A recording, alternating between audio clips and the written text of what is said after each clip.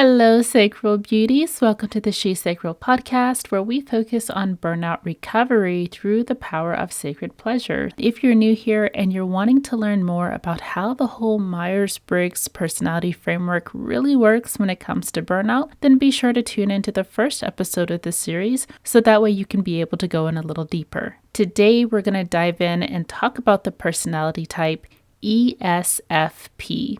Your burnout archetype would be the multi-passionate creator. So if you've been saying yes to everything, parties, collabs, creative projects, and you're secretly exhausted underneath all of that magic, then this episode is for you. So as an ESFP, you are extroverted in the way that you draw in energy. You rely on your senses to process information. You're more of a feeler in the way that you make decisions, and you rely on your perception with how you relate to structure and flexibility. Some sacred strengths as an ESFP is that you bring light, playfulness, and joy wherever you go.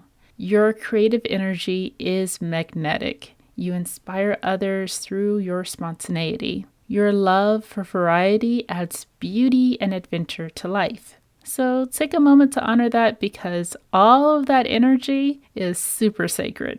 But what happens when that gift of variety and energy becomes chaos? Let's go over some signs that your personality type could be creeping you into burnout. You may start juggling multiple projects, events, and ideas all at once. You may feel guilty for saying no because you don't want to miss out. Some clues that your body will let you know that it's feeling overwhelmed for your personality type can look like hormonal dips, creative blocks, and energy crashes. But I want to dive in a little bit deeper into how this could be affecting you. So when it comes to our survival mechanisms, we can either fight, flight or flee, freeze, or fawn. But for your personality type, you're a combination between flight and freeze. So you can move from a space of go, go, go, which will drive adrenaline and cortisol spikes from the social highs and creative sprints, to the freeze mode where you crash, you feel fatigued, you have emotional flatness, you may even start procrastinating and feel guilty for not doing enough. Then you'll bounce back to flight, overcompensating by taking on even more to make up for the downtime when you're freezing. Now, I want to take a quick pause because a lot of this information can feel super overwhelming. Click the link down below, which is going to take you to a free burnout pattern quiz, and that's going to get nice and specific for you to figure out what is really causing your burnout. Now, let's talk about some of the core beliefs that could be impacting your burnout archetype. Some common core beliefs associated with this burnout archetype can sound like, if I slow down, I'll fall behind, or more is better, or if I don't say yes, I'll miss my chance. These beliefs can push you into a lifestyle where there's no pause button, just a continuous loop of creation and commitment. But let's break down some of the root causes that could shape some of these beliefs. In your childhood, you could have been praised for being fun, adaptable, or the life of the party. Your value became linked to how much energy and excitement you could bring. You may have learned early on that your worthiness came from being on, or entertaining, or performing, or producing, or achieving. Generationally, you may have learned that busyness equals success, and that if you're not in motion, it feels like you're not moving forward. When it comes to a core fear, deep down, you're not just afraid of missing an opportunity. You're afraid of losing relevance. That if you step back, people will forget you, your work will stall, or your spark will fade. And how this fear can show up could look like saying yes to every collaboration, even when you're already behind on current projects. You agree to social events night after night, telling yourself you'll rest later. Or you open 5 creative tabs all at once, a podcast, a product, a trip, a side hustle, and try to keep them all alive. And I think in this day and age, this has become more and more popular because we're in this era of content creation. And For many people, they feel like they have to be visible on all platforms just to make any progress. You might feel like you've got to be on everywhere so that way people know that you exist. And meanwhile, you are completely burned out. You're spreading yourself thin, and people may find you on one platform over the other, and there it doesn't look like much is happening. But from you, you're spreading yourself out all over the place. There was one quote that I remember that said, "When you try to catch two rabbits, you will catch zero," or something like that. But basically trying to chase after all of these things that are constantly shifting and moving and adjusting, and they're in their own space and constantly fluctuating themselves, that you run yourself ragged. So if that resonates with you, drop a little 100 emoji so I know that someone is listening to this and that it hit today. Definitely let me know that down in the comments below, because the madness has to stop, okay? So I want to reframe things a little bit for you. I want to remind you that slowing down, it's not about losing your spark. It's more about amplifying it. It's more about stoking that fire so that it continues. Fire needs that oxygen. Your creativity burns brighter with space. So focus isn't restriction, it creates freedom. So when you choose fewer and deeper commitments, you actually create more magic, not less. And I can attest to this. When I started out on my first podcast, I did not post all over the place.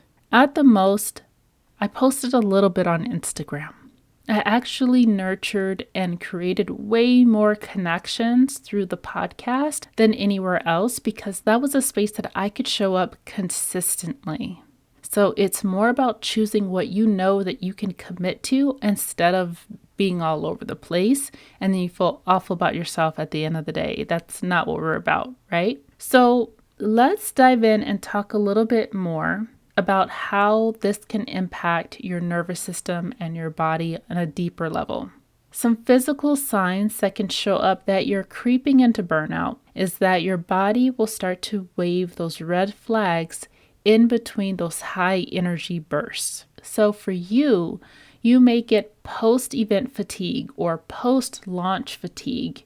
You light up in the moment, but then the day after, you feel like you've been hit by a wave of exhaustion. You may get headaches and tension from being on too long without true downtime. You may experience emotional crashes after the social highs. That drop from excitement into quiet emptiness can truly feel very unsettling.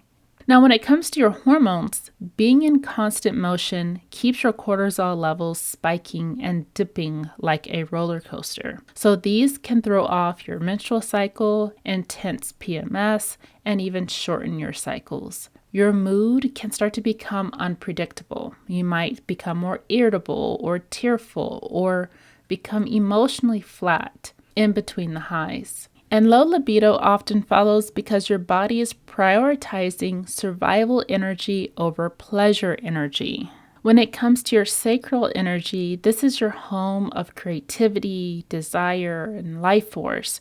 And that can get tangled up in that performance mode that we can go into with this archetype. Instead of flowing naturally, your creativity starts to feel like a checklist item or a deadline. Over time, that joy that once fueled all of your projects starts to fade because it's no longer a feeling of play, it just feels like pressure. And then all of the rapid shifts between social adrenaline and the solo crash time trains your body to stay in a hyper alert loop, which keeps you from grounding into rest. Even when your body is resting, your mind is constantly scanning for the next fun thing or the next project or the next opportunity. This makes true recovery almost impossible. And this keeps your body in a low-grade stress state that quietly drains your reserves. So now let's talk a little bit more about some of the burnout habits that are pretty common for your personality type. One habit can look like overloading your plate. You're not just saying yes to one project, you're saying yes to all of them. And it feels exciting and thrilling in the moment, but the constant juggling quickly tips you into overwhelm. The next burnout habit can look like creating zero recovery space. You can stack your calendar back to back with collabs, with events, side hustles, and adventures without giving yourself breathing room. That lack of buffer time means you're always moving from one high to the next crash, never finding that middle ground where restoration happens. The next burnout habit is that fun becomes work.